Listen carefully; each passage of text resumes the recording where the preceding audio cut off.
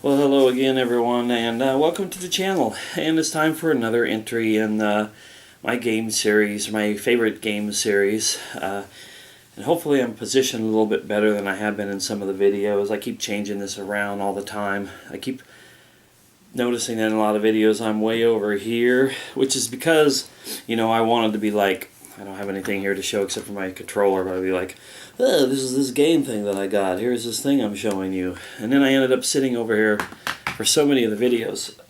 Excuse me. So, anyway, that's just nonsense. But anyway, back to the subject at hand here. It's the next entry in my favorite game series. Once again, I had to kind of struggle and try and decide what was going to be the next game I wanted to highlight, and bop through 3 or 4 games. I've got a list here.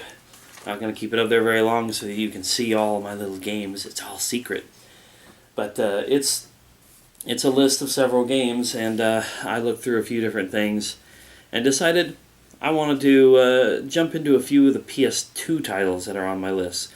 There's quite a few of them. So I'm going to be talking today about Spider-Man 2, the game. This game came out, let's see if I can see the year on the case, 2004, for the PlayStation 2. Excuse me again. I think it also came out for like Xbox and GameCube. But this is what I consider to be probably the best Spider-Man game that I've played on any console, for the fact that it has probably the best open-world, web-slinging style action that you can find in a Spider-Man game. Now, there's obviously a Spider-Man 1, which I have. I don't think I've ever really played that first one, though. There's previous ones that were on like PlayStation and N64, and I know that some of those get a lot of credit for being decent games, but I really just think that this one here was the one that captured the essence of Spider-Man the most for me. You essentially have the entire... I'm probably going to embarrass myself here with my lack of geographical knowledge about New York, but I think it's like the entire Manhattan Island that you can explore.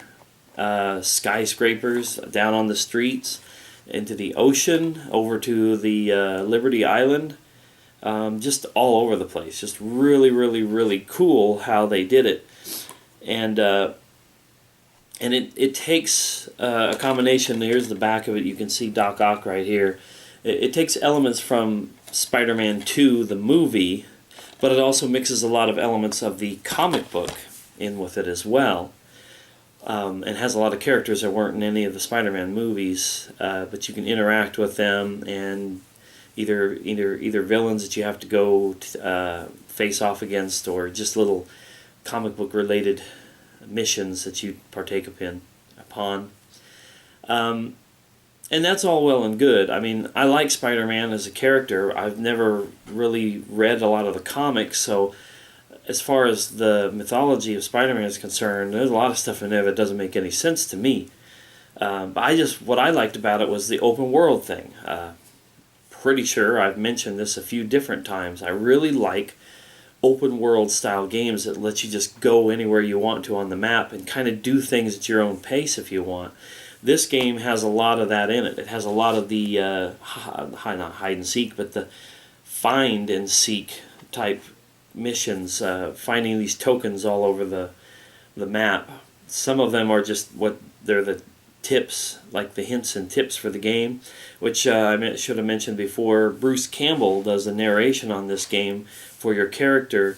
He gives you the tips and stuff that you need to know, and sets you upon your way, and has a lot of snarky little one-liners and Bruce Campbell kind of stuff that's put in there.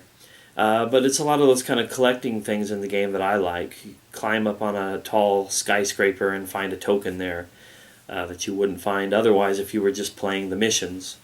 There's also a lot of missions in the game that I don't care for, a lot of time trial kind of things, time attack. I don't really care for those types of things, and even though I like the web-slinging action in it, there are the missions that you have to do where you have to go from, like, you have to web-sling through a hoop or through a colored blob in the sky. I don't really care for that kind of stuff. I just like that this was a big immersive world that I can go and get lost in. Pedestrians running around on the sidewalks, cars driving all over the place, helicopters flying through the sky. And then you can climb on any building and pretty much any surface and go anywhere you want to, which even plays on my fear of heights, which I have a massive fear of heights. You can climb up onto like the Empire State Building in the game and go to the very tip top of the antenna tower or whatever is on top of it, and then look down and just be like, for me, it just makes my head spin a little bit. That being said, I still like to just jump off of it, and see how long I can go before I'm able to web something and swing and not splat on the ground. But you can still splat on the ground because, YOLO, right? But Spider-Man 2, it's just a really, really fun game. It was one of those early for me, since I didn't get my PS2 until about 2002. This came out 2 years later. It was one of the early, really fun and memorable game experiences that I had with my PlayStation 2. And so I still love having this game in my collection. I think I meant to show this before, but I was going to show off that I have not one Spider-Man 2 Signature Series official strategy guide from Brady Games. Not one, but two. This second one was an eBay purchase, and I'm guessing I must not have realized that I already had a copy. But I got a second one here, but it's kind of nice. They sent it to me in this nice little cellophane type wrapper. So I'll either have the one for helping me when I go to play the game, because I think I got most of my tips for the game when I've played it online. So I've got one strategy guide to refer to when I'm playing. I've got one to keep nice and neat and spiffy on the shelf. Or something I've thought about doing, just depending on whether or not this channel gets like what I consider to be real subs and hits and views and comments from people who didn't maybe really have any reason to come to it. No offense to those who have subscribed to me from like my personal friends or my online forum friends.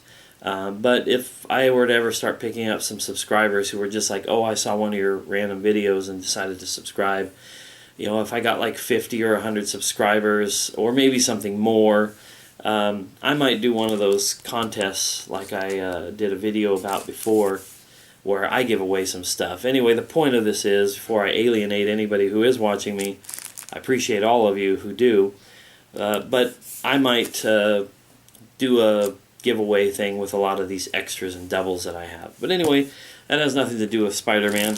I'm just trying to sit here and think, of maybe anything to talk about more about this game. I don't really feel like I'm giving it justice. It's a superhero game done right, and it's also a movie licensed game done right. I think this gets cited by a lot of people in the gaming industry, or not the industry, but like the gaming media, as one of the first movie licensed games done right. And it's true. It's done very, very well. It's very, very fun. I don't know. I just say this is probably one of those games that wouldn't be too expensive if you found it on eBay. If you want to give that kind of a game a try, if you think being Spider-Man would be cool, climbing buildings and web slinging everywhere, hanging bad guys up off of street lights with your web, although I could never really master that move, but it's pretty fun. Maybe I should explain a little bit of the mechanics of the game. Of course, as I said, you can climb walls and buildings and everything else. You can web, which of course you would have to be able to do in a Spider-Man game, duh. But not only can you web sling and swing around and climb on things, but you can fight. It's, in my opinion, pretty pedestrian style fighting system. It's just a couple of buttons for punching and kicking, I believe. But you can add in the web slinging aspect to that, and so you can like web sling some guy who's maybe running away or who's far away but he's shooting you. You can web sling and pull him over. punch him and knock his gun out of his hand. You can sling him up in the air or bind him together so that he can't get away. I think you have the option sometimes to either knock them out / kill them, or web them up and leave them behind for the cops to come and get. There's no consequences for one or the other than maybe some bonus points for not, killing the character. And then, like I said, the missions will have you scouring the city for little things to pick up, but then once you get into a real in-depth, like the story mission, you're usually set out to find guys like Dr. Octopus and Rhino. I hope that's the character's name, Rhino. There's an alien guy, Mysterio, I think his name is. That's one of those characters, as I mentioned before. Since I don't know much about the comics, I couldn't really figure out why some alien guy with a head that looked like it was, a plastic dome with stuff going on underneath it, how he really applied to it. But comic book world is different than movies and TV shows in a lot of ways. I should mention, stay tuned, there will be a video or two in the future of me talking about my limited experience with comic books, because even though I did not get into comics like Spider-Man and X-Men and Superman and Batman and all the big names, in the mid to late 90s I had a moment of time, probably about a year or two, where I was really into a couple of particular comic books that I still love and still own to this day. Somewhere in my house there's a box or two filled with the comics that I did collect and that I really enjoy. So I'll be talking about that at some point. But I guess that should just wrap this video up. Spider-Man 2, the video game for PS2, Xbox, and GameCube. Pretty sure it was out for all three. It's movie license game / comic book game / Spider-Man game done right. One of my favorite games, a game I can go back to almost any time and just, web sling through the city and really get lost in that little world. So if that sounds like something that would be fun for you, you might give it a try. Going to make a goal that the next couple of videos are going to continue to go through some of my favorite PlayStation 2 games, and I might even go ahead and do video up about my favorite PS2 game within the next couple of favorite game entries. So stay tuned for that. Thanks a lot for watching, and I'll see you in the next one.